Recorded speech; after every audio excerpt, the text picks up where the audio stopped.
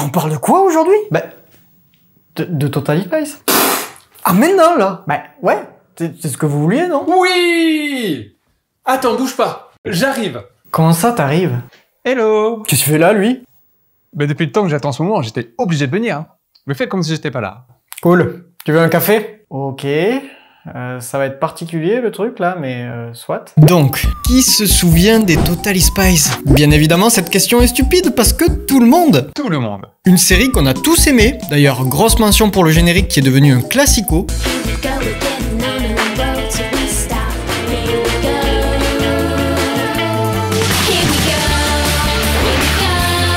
Bon, je peux pas mettre plus à cause des droits d'auteur. Nul!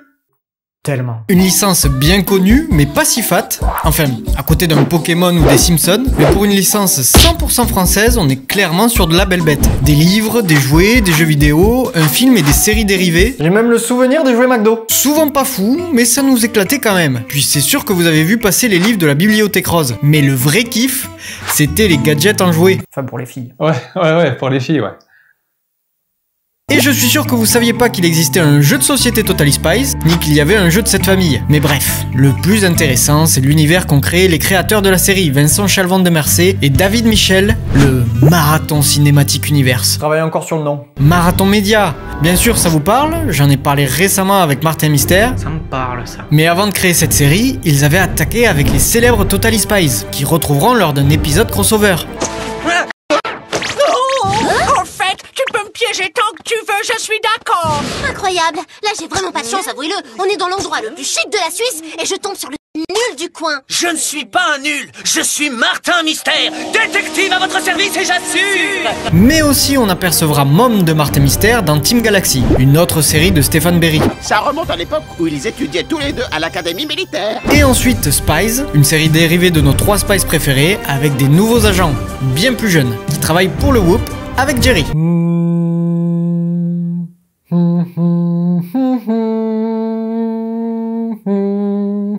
Honnêtement, j'avais pas regardé Spies, un peu rebuté par les chara-design plus enfantins et l'humour peu subtil, bref, j'étais pas le public. Par contre, j'avais vu quelques épisodes de Team Galaxy, là les designs me plaisaient bien, et l'univers aussi. Mais je sais plus pourquoi j'avais pas trop accroché. Et pourtant, t'as déjà fait un épisode dessus, non? Non, tu confonds avec Galactic Football. Ah. Ou Team Galaxy Football. Ah oui. Bref, j'avais pas forcément accroché, peut-être parce que c'était sorti en 2006 et du coup je commençais à m'éloigner des séries animées pour regarder des shows comme Phénomène Raven, La vie de palace de Zack et Cody et Hannah Montana. Frustrant, hein? Nul. Bref, un film sorti au cinéma, qui est un préquel de la série et qui explique comment ils se sont rencontrés et fait engager par le Whoop. Le film est plutôt moyen, voire un peu nul. Je plaisante.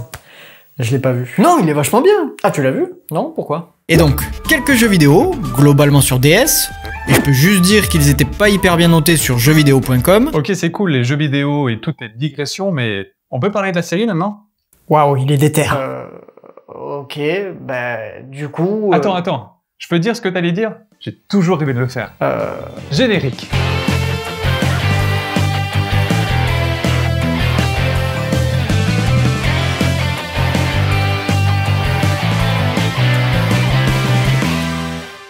Donc la saison 1 de Totally Spies, créée par Vincent Chalvant de Mercé et David Michel en 2001. Comme pour Martin Mystère, je vais faire un épisode type. Ou deux.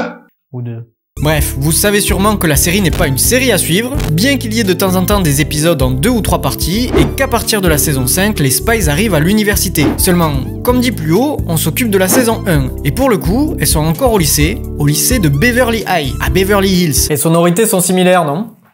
Les épisodes ont donc un certain pattern, très similaire à Martin Mystère, enfin, plus précisément l'inverse, qui commence sur un méfait de l'antagoniste du jour, puis on retrouve les filles au lycée où elles sont appelées par Jerry qui les envoie en mission. Elles enquêtent un peu, seulement il y en a au moins une qui se fait capturer, donc elles partent sauver cette dernière et battent l'ennemi de l'épisode. Ah, et il y a souvent Mandy qui les emmerde au début et à la fin. Mais il y a des fois des épisodes qui changent un peu la formule. Comme l'épisode qui débute avec les 3 Spies qui font un braquage dans une banque. Impossible. No way. Je ne peux y croire. Étrange cette histoire. Bref, retour à Beverly High, où on y retrouve les filles avec une Clover déguisée en cowgirl, prête à séduire un Texan. Elle est con. Seulement, elle est devancée par Mandy, sa grande rivale. Et pas de bol, Billy Bob, le Texan, accepte d'aller en date avec elle. Pour sûr, c'est très sympa de ta part de m'inviter, Mandy. Je serai ton cavalier. Mais c'est encore Donald Renew. Toujours un plaisir. Les Spies se font, comme habituellement, aspirés par le Whoop. Toutefois, cette fois-ci, l'accueil n'est pas des plus joviales.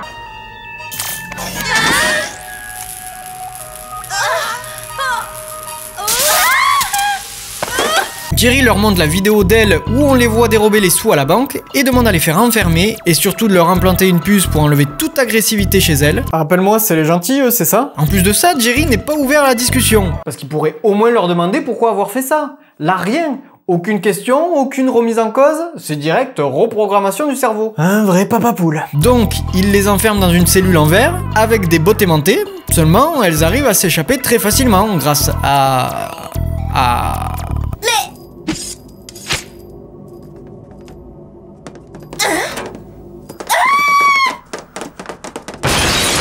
grâce à une sécurité complètement éclatée visiblement. En fait, ils leur ont laissé tout ce qui pourrait les aider à s'évader. S'engage alors une course-poursuite avec les agents du Whoop, où les Spies arrivent à récupérer des gadgets dans une salle vide. Elles trouvent aussi un hélicoptère, gardé par personne évidemment, et décollent avec Jerry à bord. Jerry qui leur court après pour leur remodeler le cerveau, mais... Jerry était un homme respecté et apprécié de tous. Bon, en réalité, Jerry survit à sa terrible chute de 9 mètres, vu qu'il tombe sur un fauteuil. Bah oui, il y a des roues. Bref, les Spies s'échappent et se posent à côté d'un entrepôt.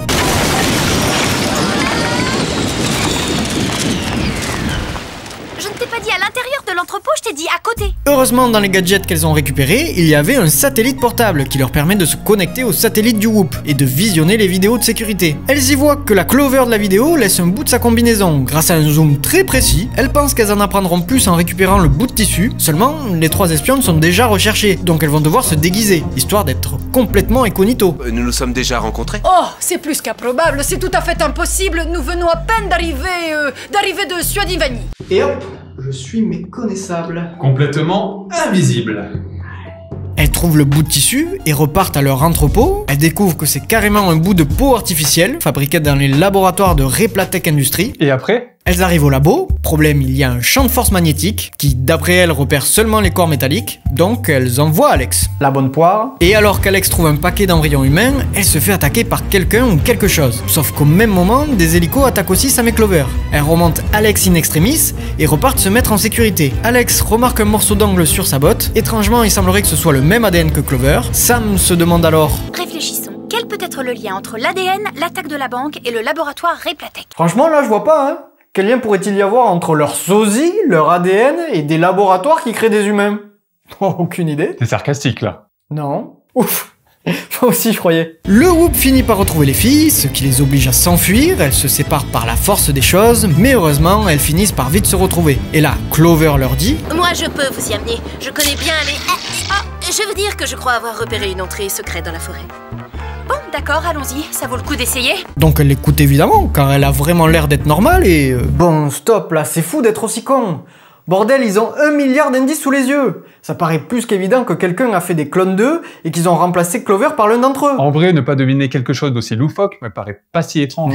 Pas dans leur monde où chaque jour un nouveau fou crée une arme ou autre chose invraisemblable. Dans les épisodes précédents, il y avait quand même des poupées géantes qui se la jouent Terminator, un prince qui a fabriqué une machine à voyager dans le temps et un savant fou qui a créé des blobs tueurs. Donc oui, des choses loufoques, ils s'en passent. Et en plus, même quand elle a un court-circuit, ça ne leur saute pas aux yeux. Bon, c'est peut-être pas les couteaux les plus aiguisés du tiroir. Voilà. Comprennent vite, mais faut leur expliquer longtemps. Elles ont l'esprit ouvert, mais ils ferment de bonne heure. Quand on fera danser les cons, elles seront pas dans l'orchestre. Et s'il pleuvait de la soupe... Ok. Elles ne sont pas malines, on a compris. Bref, revenons à l'épisode. Elles sont capturées par leur clone.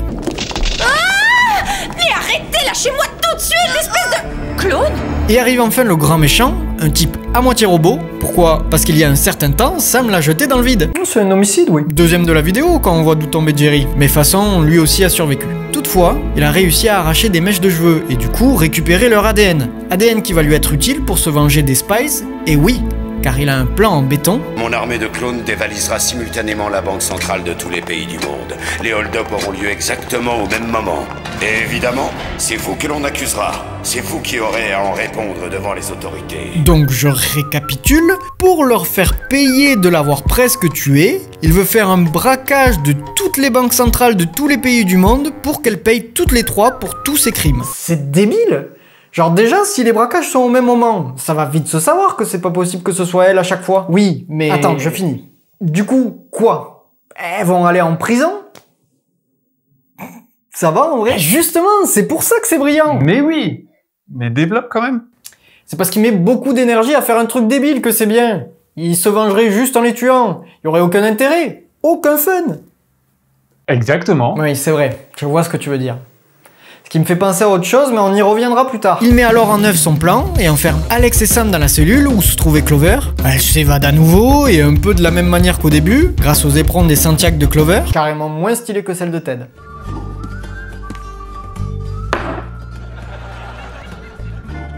Pulling them off. Donc une fois sortis, elles récupèrent leurs tenues et leurs gadgets et partent narguer les clones. C'est incontestable, vous avez notre apparence. Mais voyons aussi si vous avez nos talents. Et rappelez-vous de ça pour plus tard. Donc elles se font poursuivre par les clones, mais elles sont très fortes, donc elles s'en sortent bien. Jerry les retrouve encore une fois et les poursuit, quand de son côté, Alex fait... Je sais pas ce qu'elle fait. Personne d'ailleurs. Le méchant envoie des clones attaquer les banques, seulement ça ne marche pas, parce qu'Alex fait... Qu'est-ce que vous fabriquez? Ah, autant pour moi. Le bad guy s'en prend alors à l'espionne et il la jette dans le vide. Qu'est-ce que vous avez fait à mes clones, hein? And his name is John C. Ils font donc de la luge à contre-cœur, ils balancent même un... Et par chance, Alex se fait arrêter par de la neige, alors que lui tombe d'une falaise. Bon, c'est ce que tu vas dire, et oui, il est sacrément con. Je dirais surtout que c'est brouillon. La situation se résout en 30 secondes. Car après ça, on retrouve un hélico du Whoop qui a repêché le bad guy et tous les clones, pendant que Jerry s'excuse aux Spies d'avoir agi de la sorte. Heureusement, elle lui rétorque qu'elles ne lui pardonneront pas aussi facilement. Et pour finir, on voit les filles à Beverly Hills, où Clover se fait recaler par Billy Bob. Bon, que dire? En fait, je reproche pas mal la même chose qu'avec Martin Mystère. Mais pour ça, on va un peu parler des personnages. Bon, déjà, on est tous d'accord que tout le monde avait sa préférée. Moi, c'était Sam. Moi, Alex. Et moi, Jerry. Mais j'aimais bien Clover aussi. Donc on va commencer par Sam, qu'on peut quasiment qualifier de leader du groupe. Pas qu'elle en ait la prétention ou même que ce soit officiellement le cas, mais c'est celle qui prendra le plus de décisions et celle vers qui les filles se tournent en premier en cas de problème. Tout simplement car c'est la plus intelligente du groupe, la plus sage et la plus perspicace. Elle est studieuse, calme et très gentille, de son vrai nom Samantha Simpson. Simpson? Oui, je suis aussi surpris que toi. Oh pinaise Clover! Ah, j'ai loupé le Clover. On entend des fois les filles l'appeler Samantha, mais c'est globalement très rare. Quelle interprétation éblouissante, Samantha, bravo. Dis, Samy, je pourrais t'emprunter ton pull en cachemire demain? C'est souvent elle qui comprend le mystère de l'épisode, et c'est celle des trois qui s'intéresse le moins aux garçons. Enfin, j'entends par là qu'elle est moins obsédée par ça. Alex, de son vrai nom Alexandra Vasquez, d'origine latino-américaine, d'après Wiki. Jusque-là, on n'est pas surpris. Elle est la maladroite du groupe, mais aussi la plus positive et souriante. Toujours de bonne humeur, elle se retrouve souvent dans des sales situations, comme on a pu voir dans cet épisode. C'est peut-être la plus sportive des trois, mais faut avouer que c'est pas hyper flagrant car elles sont toutes plutôt douées. J'avoue, j'avais un petit crush sur elle quand j'étais gosse, pour tout ce que tu viens de dire. Bon, par contre, j'ai pas souvenir qu'on l'appelle Alexandra, mais bon, peut-être qu'on s'en fout. Oui. Alors, Clover Airwing est insupportable. Pardon, j'exagère. Non, j'exagère pas. Elle ne pense qu'au shopping, la mode et les garçons. Bon, c'est pas une mauvaise personne. Enfin, si le garçon n'est pas forcément beau, elle va quand même le faire savoir. On peut savoir qui est l'auteur de ce chef-d'œuvre? Oh non, c'est Daryl! Vous croyez quand même pas que je vais accepter de sortir avec le président du club d'échecs? Beaucoup plus que tu ne crois. Merci, mais non merci, l'intello. Je m'occuperai de ma campagne sans toi. Par comparaison, dans le même épisode, avec un garçon qu'elle trouve beau... Et je dois m'entretenir avec Makeda au sujet des réjouissances de ce soir. Généralement la Spice la moins appréciée, pour des raisons déjà évoquées et son melon disproportionné. Pourquoi ne m'a-t-il pas choisi? Franchement, ça m'étonne. C'est vrai, vous trouvez pas ça choquant? J'ai la chevelure idéale, une belle dentition. Bref, je pense qu'on a compris. Après, comme les autres Spies, elle est très douée en technique de défense et en acrobatie. Elle a aussi tendance à se faire souvent capturer par les antagonistes de l'épisode, mais c'est en général par un concours de circonstances. Ensuite, on a Mandy, la rivale de Clover, qui fait l'exploit d'être plus insupportable qu'elle. D'ailleurs, c'est la même comédienne qui fait la voix d'Alex. Ce soir, je passerai te chercher chez toi pour t'emmener danser dans une super boîte de nuit. On a bien le droit de se bronzer un peu et de travailler en même temps, l'un n'empêche pas l'autre. Bon, pas grand chose à dire sur elle, elle a les mêmes défauts que Clover, si ce n'est qu'étrangement, elle est plus populaire qu'elle, alors que son groupe est juste détestable. On imagine le niveau des élèves du coup. Mais pour parler de bons persos, Jerry. Jerry c'est le goth, le padré, le best. Vraiment c'est une crème. À part dans l'épisode que j'ai résumé. là c'est une merde. Mais clairement, à part là, il est trop fort. Jerry, c'est le mec classe en toutes circonstances. Même quand il est pas à l'aise, il garde un certain charisme. C'est Jerry qui s'occupe de choisir les gadgets pour chaque mission, et par un heureux hasard, ils sont toujours parfaitement adéquats. Il est protecteur envers les filles. Rien n'est trop génial pour vous, les filles. Même si des fois, sans aucune raison, il se transforme en connard. Jerry, on a besoin de votre aide. Une petite minute, vous ne faites plus partie du groupe. Et ce canal est exclusivement réservé à nos espionnes. Souvent au bon vouloir de l'épisode, mais on peut dire qu'en général, il est quand même plutôt drôle. On vient d'enlever Clover. Ah non, ça remet ça. C'est la deuxième fois ce mois-ci.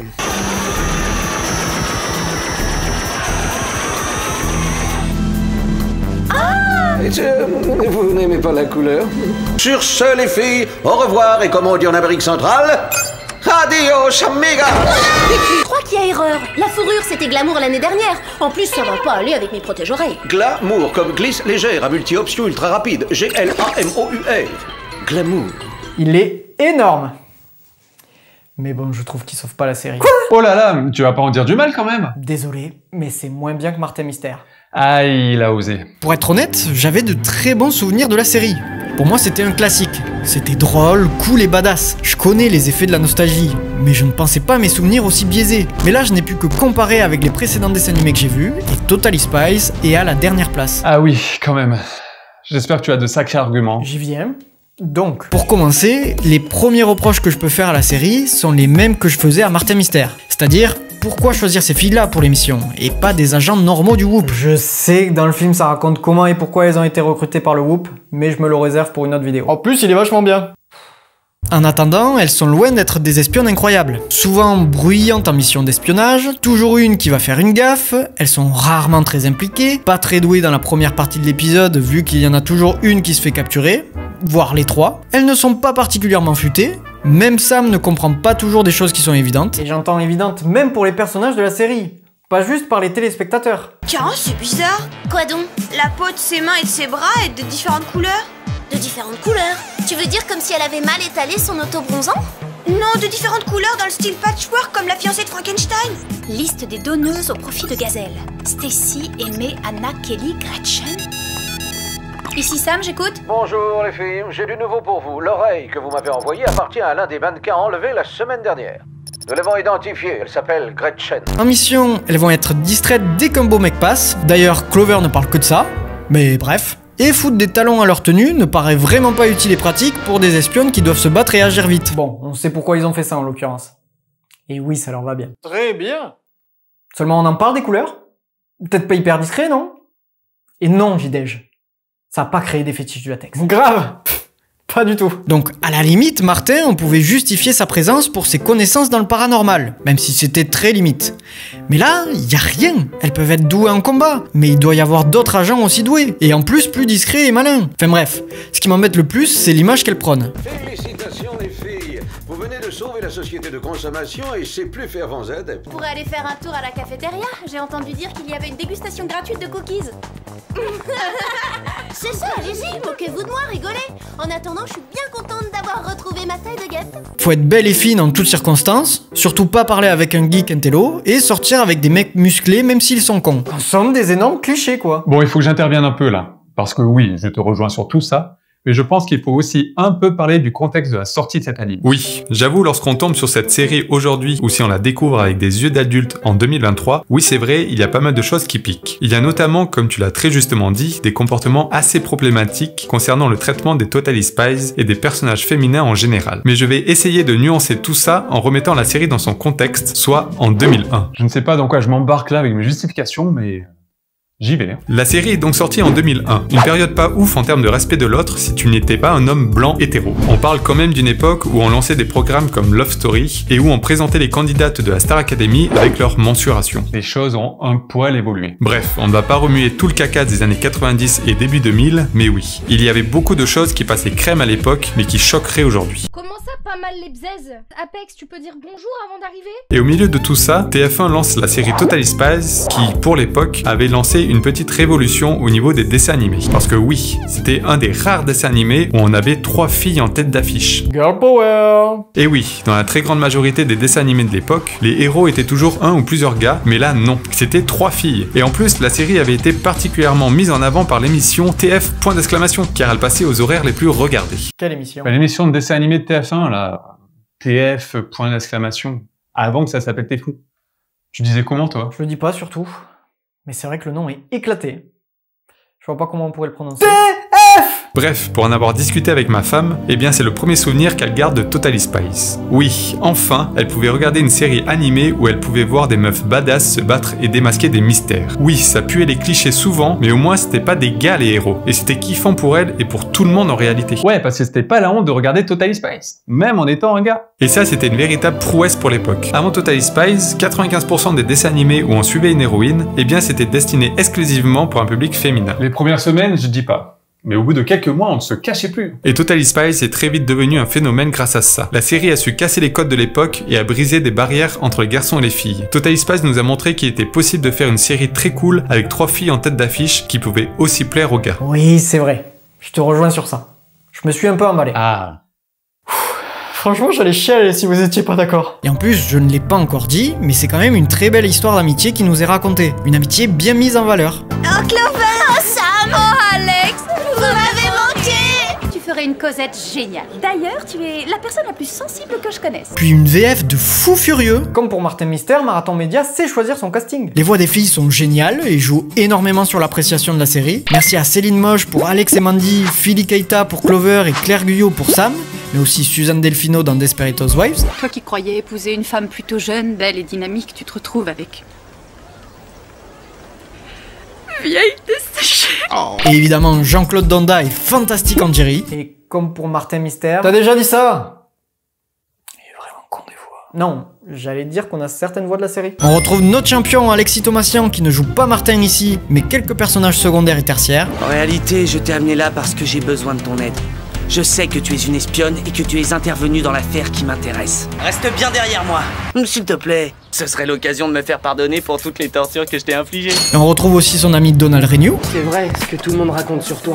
Et qu'est-ce qu'on raconte? Que tu es la reine des glaces. Quoi? Ouais, allez, viens plutôt me filer un coup de main. On a encore du boulot avant le lever du soleil. Aucun participant n'était encore jamais arrivé à ce stade. Ah, tu rigoles? L'ambiance commence tout juste à chauffer ici. Un courrier, ça vient du Milkshake Palace de Beverly Hills. Mais aussi leur collègue et ami Christophe Lemoine, une voix qui doit vous parler. Non, sérieusement, je vois pas l'intérêt, papa. C'est juste un gros rocher avec des visages de vieux types sculptés dessus. Honnêtement, j'en aurais rien à foutre. Et les petits oiseaux feront leur nid dans les coudrets. Il y a aussi d'autres voix connues, comme Christian Pellissier, la voix de Mojo Jojo, Adrien Antoine, la voix de Chris Hemsworth, Benoît Allman, Zeus dans Hercule, Patrick Préjean, la voix de Gros Minet, et tellement d'autres. Nous allons pouvoir aborder la dernière phase de mon plan. Je dois m'entretenir avec Makeda au sujet des réjouissances de ce soir. Les choses ne sont pas si simples, mesdemoiselles. Vous avez commis une regrettable erreur. D'ailleurs, il y a Céline Monsara, la voix française de Julia Roberts. Et je crois qu'elle joue une parodie de Julia, justement. Pourquoi s'arrête-t-on? Je suis attendue au studio, je vais être en retard. Ah ouais, tu l'appelles Julia, carrément. Car dans cet épisode, les Spies doivent protéger des stars hollywoodiennes, et je pense que elle, c'est Julia Roberts, lui, Brad Pitt, et lui, Bruce Willis. Mais bon, je suis pas sûr. D'ailleurs, cet épisode est très cool. Alex se retrouve à prendre l'apparence d'une célébrité et se fait capturer à sa place. Les deux Spies se retrouvent alors sur une île pour récupérer leur ami, où un réalisateur naze essaye de faire un film avec les acteurs qu'il a kidnappés. Et franchement, un des défauts... Non, tu vas pas recommencer. Non, je plaisante. J'y ai cru. Moi aussi. Donc un des défauts, ou plutôt des choses qu'on pourrait reprocher aux Totally Spies, c'est les motivations des ennemis, toutes plus ridicules les unes que les autres, qui ressemblent pas mal à des caprices d'enfants. Et lorsque le monde sera recouvert de lave, tous les humains de la planète me ressembleront. Mes créatures hybrides vont fournir la matière de base d'une grande première dans le monde de la mode. Des manteaux de fourrure, sans la moindre couture réalisée d'un seul tenant. Quelle horreur! C'est révoltant! Elles élimineront tous les gens présents dans le stade. Ce grand nettoyage nous débarrassera de tous les adorateurs de Majorette idiote. Mais c'est pas possible d'entendre des conneries pareilles! Même si certains sont plutôt cool. Beverly Hills, c'est une malédiction. C'est le dernier temple du capitalisme mercantile. Le pire exemple de dictature matérialiste au monde. Et pour revenir à cet épisode, les Spies arrivent à sauver les acteurs et capturent l'antagoniste Marco Lumière. Seulement on le voit s'échapper et on apprend à la toute fin qu'il a pris Alex en otage. Fin de la saison. Et merde, mais c'était cool! Un épisode en 2 parties, c'est vachement bien. Dommage que la deuxième partie soit dans la saison 2. Bon, mais du coup, t'aimes bien ou pas? Bah, déjà que j'aime ou pas, c'est pas important. Ce qui est important, c'est de parler de ce qui est cool dans la série. Et je crois que grâce à toi, on a réussi à trouver pas mal de trucs. Merci à toi. Et tu sais quoi? Pour conclure, je vais le faire en musique. Elle ne s'intéresse qu'à nous, si on leur offre des bijoux. Sinon elles deviennent hautaines, ça fait de la peine. Jerry stoppe l'hypocrisie, elle nous terrifie. Les spies portent des bikinis. Quoi? Ouais, je savais pas comment finir la musique. On a eu une image des bikinis?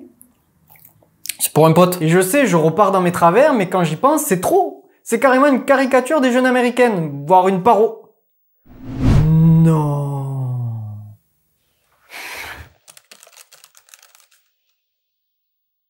Mais oui. Tout prend son sens. Eh ben, explique. Allez! La série est une parodie. Une parodie de Drôle de Dame. Ou Charlie Angels. Comment? Hein? Et oui, 3 espionnes et un boss qui leur donne des missions. Hein?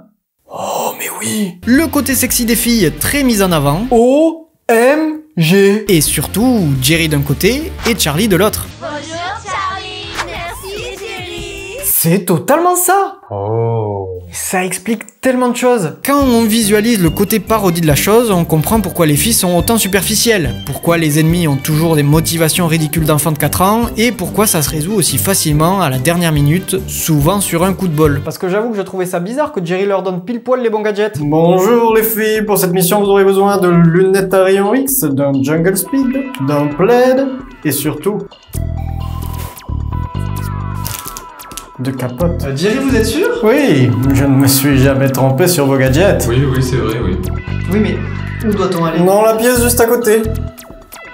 Allez hop. Allez hop, on se dépêche là. Allez hop là, vous n'êtes pas timide d'habitude. Hein? Hein les filles? Hop là. Ok, on se dépêche, dénudé. Bref, sinon je vous rassure, je trouve le dessin animé culte. Par exemple, les OST, toutes mémorables.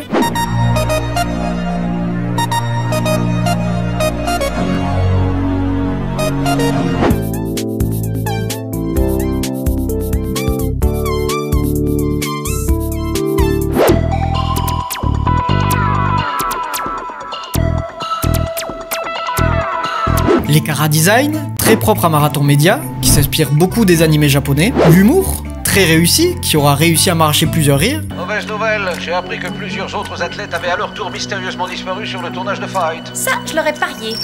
Bon, à plus tard, il faut que j'y aille. C'est ça, t'as raison. Si James c'est un héros, Clover c'est la petite sœur de Zoro. Et du calme. Et des épisodes classiques, comme celui où Jerry prend subitement sa retraite et il est remplacé par un jeune agent. Évidemment, on découvre que c'est lui le méchant et les Spice l'arrêtent avec l'aide de Jerry. L'épisode avec Ricky Martin.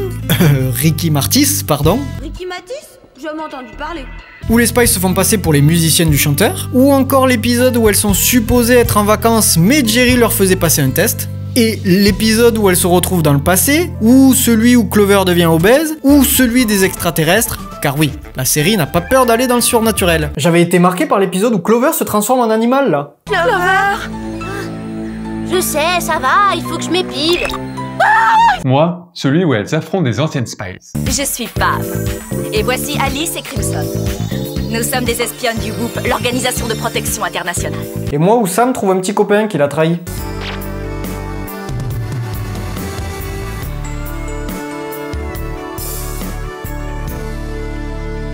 Bref, je peux pas citer tous les épisodes de la saison, évidemment, et un jour, je reviendrai sur ceux de la saison 2. Oh! En conclusion, Totally Spies, malgré ses défauts, a quand même pas mal de qualités. Et la plus grande était de rassembler filles et garçons derrière une seule et même série, chose qui n'était pas si évident à l'époque. Wow! Bah merci d'avoir parlé de Totally Spies. Je peux rentrer chez moi l'esprit libre. C'était avec plaisir.